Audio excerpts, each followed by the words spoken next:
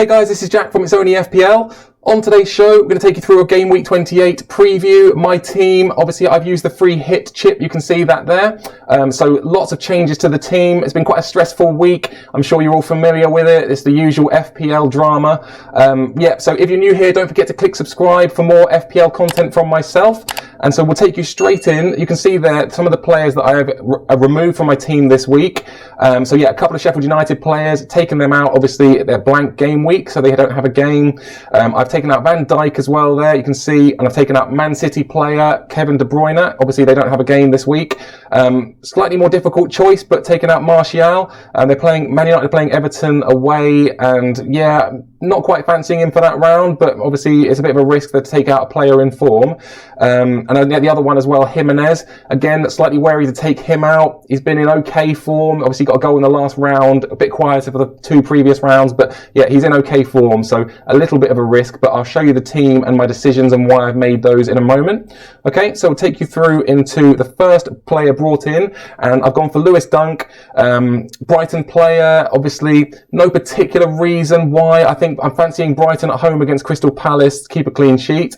Obviously, you can see poor form there, so I'm not basing anything on form. Okay, and on to the second player. So I brought in Charlie Taylor from Burnley. Burnley are on good form at the moment. I think not conceding too many goals, which has been the first little spell of the whole season, really. Obviously, I think the last few seasons I've had Burnley players in, Ben Mee maybe, a defender, obviously you can rely on.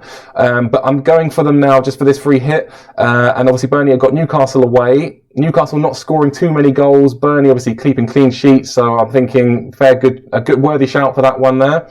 Okay. Robert Snodgrass, bringing him in. I think he got an assist in the game against Liverpool. He's one of them players, isn't he, where obviously you're not quite sure consistency-wise, but price obviously is good there. So fancying him. Southampton at home, I think that's not a bad shout. And obviously West Ham, I mentioned it in a previous video, they've actually started to score a few more goals. They're looking a little bit more creative. So Robert Snodgrass, ideal for that price, obviously to fill in for me for this week. Okay. Richarlison, yeah, another player that I've had my eye on for a long time, I suppose, pretty much most of the season. I've not had him in my team for most of this season. I think consistency-wise has been a bit of an issue. But obviously look at the price, 8.3 mil, a player in very good form. Man United at home, so again, a bit of a risk because Man United are conceding less goals at the moment. So a slight risk there, but I feel just for this round, I'm confident. I'm thinking he's getting something out of that game. And obviously you can see his total points there, 129. He's a player in form if you consider the whole season. So yeah, I think a worthy shout to have in the team. And moving on, so yeah, bringing back in Sadio Mane.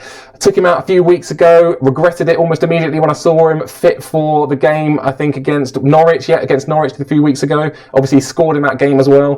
But yeah, so bringing him back in for this round. Obviously you can see there the price to get Salah and Mane in. Obviously he takes a bit of jiggling about, both expensive midfielders. I think for this round, having Liverpool players is ideal, obviously, because there's Man City, Arsenal, Sheffield United, Aston Villa not playing this week.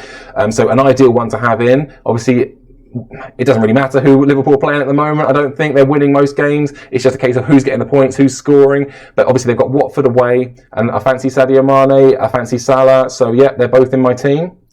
Okay. Yeah, slightly controversial one. Jamie Vardy, he's had, 8, 9 very quiet game weeks. Not many returns, not many goals, but a little bit limited this week for who you're picking up front. Obviously, I had to take out Aguero a couple of weeks ago. You can't have Aubameyang, obviously, for Arsenal. So you're a little bit limited with the strikers to pick. And I actually fancy Vardy against Norwich away. I think it's a good fixture for him. I think for this case, using a free hit is ideal because obviously I'm not necessarily wanting to commit to Vardy long term. But to get him in for this week when my other options are quite limited, I think it's a good shout. Norwich away, we'll see how it goes. But yeah, and obviously you can see the total amount of points for him this season. He's still absolutely smashing it when you look at the whole points for the whole season. It's just been a quieter spell.